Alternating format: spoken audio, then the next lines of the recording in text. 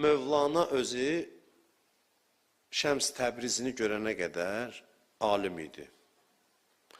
Dərs deyirdi, tələbələri var idi. Amma mərifət əhli deyildi. Mərifət əhli deyildi.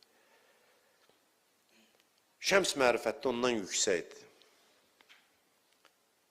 Şəms bir dəfə nəzər elədi ona, qəlbinə od düşdü, hərarət gətirdi. Deyir, dərs deyir, oturub tələbələri ilə, Mövlana. Özü belə canfəşanlıqla danışmağı varmış. İzah eləyir, alimdir də kitablar qabağında danışır filan filan filan. Şey də deyir, çəlimsiz bir adamdır Şəms. Oturub bir gəlib, oturub baxsın, nə danışır burada. Oturub baxır, bu da ona fikir vermir. O danışıb qutarandan sonra bu qabağındakı bu kitablar nə kitablardır? O da fiqh, üsul, nə kitablardır, elmi kitablar. Bu da baxdı ona, gördü ki, avam adamdır, dedi ki, sən bilən şey deyil bu. Şəmsə deyir, sən bildiyin şey deyil bu. Gördü, avam adamdır da. Dedi, sən bilməzsən.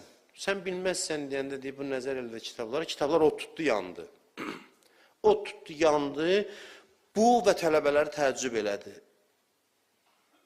Dedi, bu nədir, bu nədir? Şəms dedi, bunu da sən bilməzsən. Onu mən bilmərəmsə, bunu da sən bilməzsən.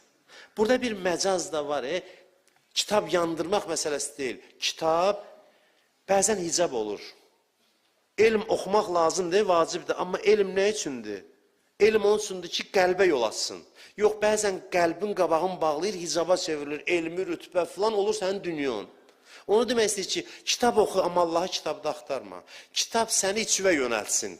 Allahı qəlbdə tap, kitabda yox. Kitab lazımdır, mütləq lazımdır oxumaq. Amma ki, kitab məqsəd deyil. Kitab səni özvə tanıtdırmaq üçündür.